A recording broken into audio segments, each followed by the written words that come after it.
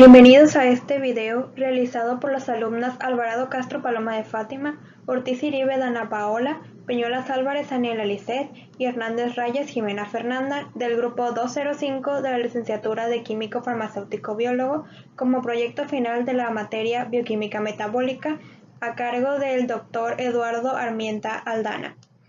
En este trabajo hablaremos sobre la tripanofobia, el cómo se trata, el qué es, cómo se diagnostica, algunos tipos de fobias, entre otras cosas.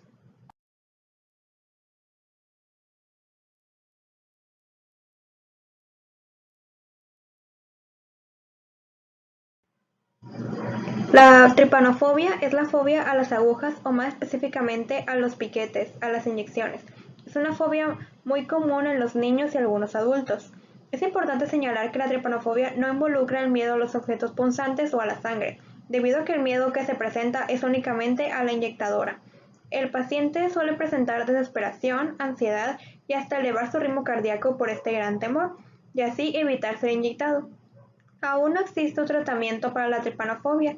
Sin embargo, los expertos han desarrollado estos consejos para lidiar con inyecciones y tomas de sangre, por ejemplo, llevar a un acompañante, o tomar la mano o escuchar la voz de un ser querido porque tiene un efecto calmante. La ayuda de un psicólogo para tratar la fobia tiene un alto grado de efectividad, aunque para esta fobia en específico es la terapia cognitivo-conductual. Esta terapia busca modificar los eventos internos, es decir, sus pensamientos, emociones y comportamientos que se creen con los causantes del malestar del paciente en mención.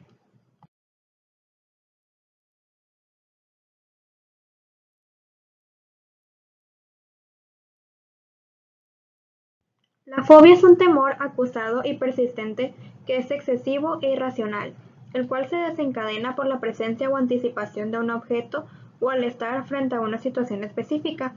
Es la exageración de una experiencia común presente en todo ser humano, el miedo. Sin embargo, hay una diferencia ya que el miedo nos prepara y ayuda a defendernos de una situación de peligro real o imaginario, y las fobias hacen referencias a un peligro interno que resulta ser hipotético, irracional, intenso e incontrolable, que bloquea el desarrollo de aquellos que la presentan, ya que en lugar de tener una reacción de protección, tiene una reacción limitante, pudiendo afectar el entorno y la relación con seres queridos.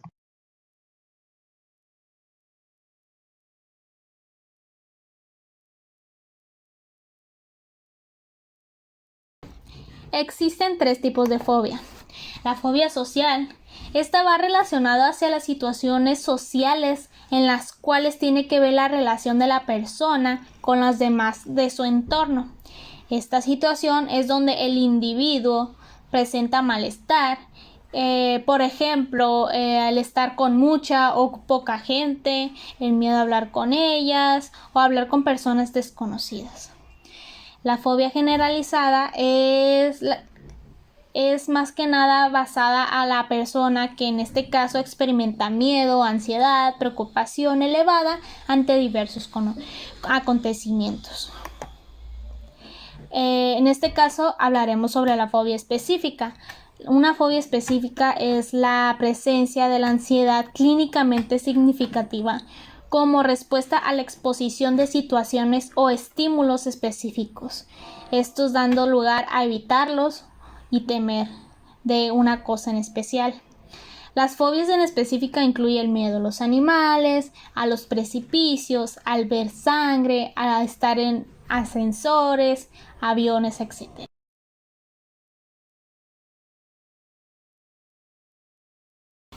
En este caso hablaremos sobre la tripanofobia. La tripanofobia es la fobia a las inyecciones. Es importante señalar que la tripanofobia no involucra el miedo a los objetos punzantes, como lo pueden ser las agujas, los pinchos o los cuchillos filosos. Ese es otro tipo de fobia. Ni tampoco la fobia a la sangre. Muchas veces puede ser confundible, ya que al momento de que uno va teniendo ese tipo de fobia, va a una parte donde le saquen sangre, piensan, no, pues es tiene fobia a la sangre. En realidad no. En realidad esa persona tiene la fobia o puede llegar a tener la fobia de las jeringas inyectoras. La ansiedad es muy relacionada a la fobia específica, ya que presenta un estado mental que se caracteriza por una gran inquietud y una extrema inseguridad. La ansiedad participa en las estructuras cortico-subcorticales de la siguiente manera. La entrada sensorial de un estímulo condicionado de amenaza corre a través del tálamo anterior al núcleo lateral de la amígdala y luego es transferido al núcleo central de la amígdala, el cual se comporta como el punto central de diseminación de la información y coordinación a una respuesta autonómica y de comportamiento. Esto quiere decir que al momento de que una persona presenta este tipo de fobias, al momento de llegar a ver la inyección, pues todo eso pasa dentro del cerebro de la persona.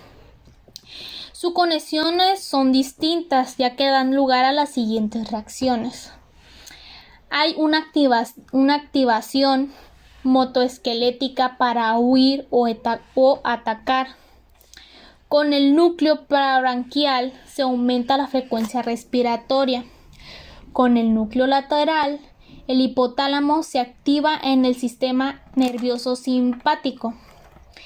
Con el lucus ceruleus resulta en un aumento de la liberación de norepinefrina, contribuyendo al incremento de la presión arterial, frecuencia cardíaca, sudoración, pilorección o dilatación pupilar. Su conexión con el núcleo paraventricular del hipotálamo da lugar a la liberación de neuropéptidos y de adrenocorticoides como una respuesta hormonal al estrés. Otra cosa que se realiza dentro de nuestro cuerpo es la región gris pericuerductal, que desarrolla un comportamiento defensivo y posturas de congelamiento, lo cual pues la persona al momento de presentar este tipo de fobias, su cuerpo, como antes lo dije, se congela, o sea, no sabe qué hacer en ese momento. Otra cosa es en el núcleo dorsal del vago, que a la vez de que recibe los estímulos del locus ceruleus y el hipotálamo, se produce la activación del sistema parasimpático, incrementando la frecuencia urinaria y defecatoria, dando lugar a la bradicardia y las úlceras gastrointestinales.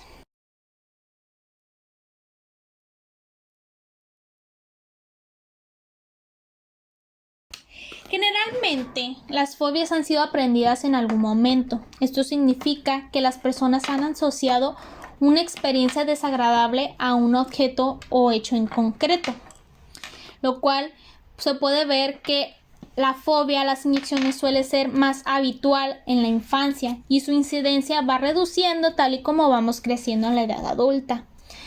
No obstante, no es extraño conocer adultos que siguen padeciendo de tripanofobia, un miedo que además de que se intensifica por el paso de los años suele ser o tener un origen en los primeros años de vida. Como lo podemos presentar muchos de nosotros cuando éramos más chicos, o igual a muchas personas, a sus hijos les dicen: si te portas mal, voy a ir con el doctor y le voy a decir que te dé una inyección. Así es como uno da temor a la persona, al niño, desde muy pequeño. Y esto pues puede dar lugar a que se presente un tipo de fobia y que a la edad adulta siga teniendo ese tipo de fobia, ya que le causamos miedo a los niños desde pequeños, de que si se porta mal, que si no hace caso, si no se toma las pastillas, etcétera.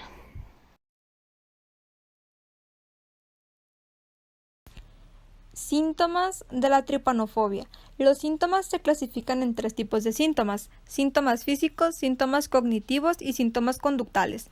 Síntomas físicos: es el malestar estomacal, boca seca, alteración de la frecuencia cardíaca, sudoración, hiperventilación, entre otros. Síntomas cognitivos: malestar, desesperación, confusión, desconcentración y ansiedad a la inyectadora o al intento de ser inyectado. Síntomas conductuales: se evita exageradamente ser inyectado. Las personas que presentan este tipo de fobias pueden llegar a desvanecerse realmente porque un reflejo vasovagal excesivo produce bradicardia e hipotensión ortostática, cosa que no sucede con las personas que tienen otras fobias o trastornos de ansiedad. El síncope vasovagal ocurre cuando la parte del sistema nervioso que regula la frecuencia cardíaca y la presión arterial funcionan incorrectamente en respuesta a un factor desencadenante. La frecuencia cardíaca disminuye y los vasos sanguíneos de las piernas se dilatan. Esto puede hacer que se acumule sangre en las piernas, lo que hace que disminuya la presión arterial. Una presión arterial más baja en combinación con una frecuencia cardíaca más lenta reduce rápidamente el flujo de sangre hacia el cerebro y en consecuencia te desmayas. Esto puede producir bradicardia. Una bradicardia es un descenso de la frecuencia cardíaca normal. Normalmente el corazón de un adulto late entre 60 y 100 veces por minuto en reposo. Se da la bradicardia, que es decir que el corazón late menos de 60 veces por minuto. La hipotensión ortostática, también llamada hipotensión postural, es una forma de presión arterial baja que se produce cuando te pones de pie tras estar sentado o acostado. La hipotensión ortostática puede hacer que te sientas mareado o aturdido e incluso puede provocar un desmayo.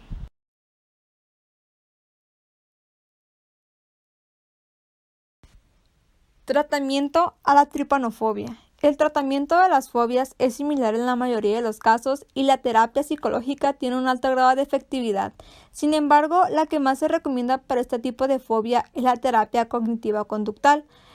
Esta terapia busca modificar los eventos internos, pensamientos, emociones y creencias, y comportamientos que se creen son los causantes del malestar del paciente. Se hace uso de diversas técnicas: la técnica de relajación, en momentos de mucha ansiedad, la desensibilización sistemática, se expone al paciente ante su fobia de forma gradual. Terapia de aceptación y compromiso. Consiste en aceptar el miedo en vez de hacerles frente, evitando de este modo el evidente efecto de rebote y aumento de síntomas de ansiedad. Si tienes un miedo a las inyecciones moderado, puedes tratar de controlarlo por ti mismo buscando medidas para distraerte durante el procedimiento, como contar tus respiraciones o las cosas que ves a tu alrededor, practicando técnicas de meditación o haciéndote acompañar de una persona de confianza.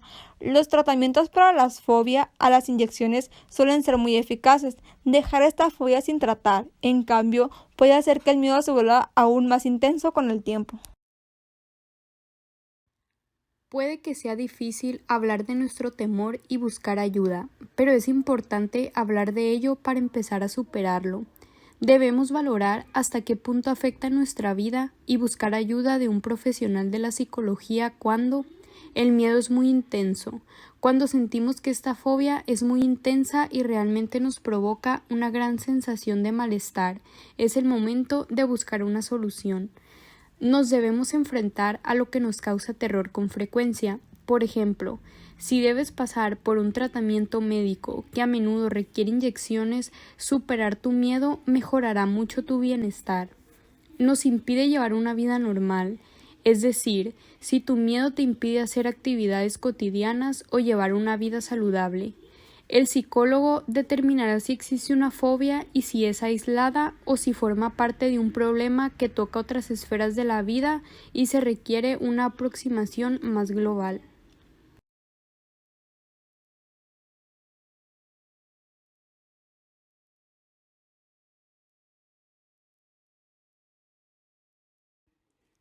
Al realizar la presente investigación, llegamos a la conclusión de que actualmente existen una gran diversidad de fobias en las que se trabajan para que no afecten al ser humano. Por lo tanto, en esta investigación se planteó como objetivo principal analizar y comprender esta fobia desde sus antecedentes hasta los síntomas y su manera de cómo la puedes tratar, ya que hasta la actualidad no se conoce que existe un tratamiento efectivo que la evite y pueda controlar los síntomas que esta causa. Se pretende utilizar los conocimientos e información sobre la fobia para así poder controlarla. Controlar la fobia es difícil, ya que en cada persona es diferente. Para esto, los especialistas tienen que estudiar todo acerca de ella, hasta las alteraciones que éstas tienen en las personas que la padecen.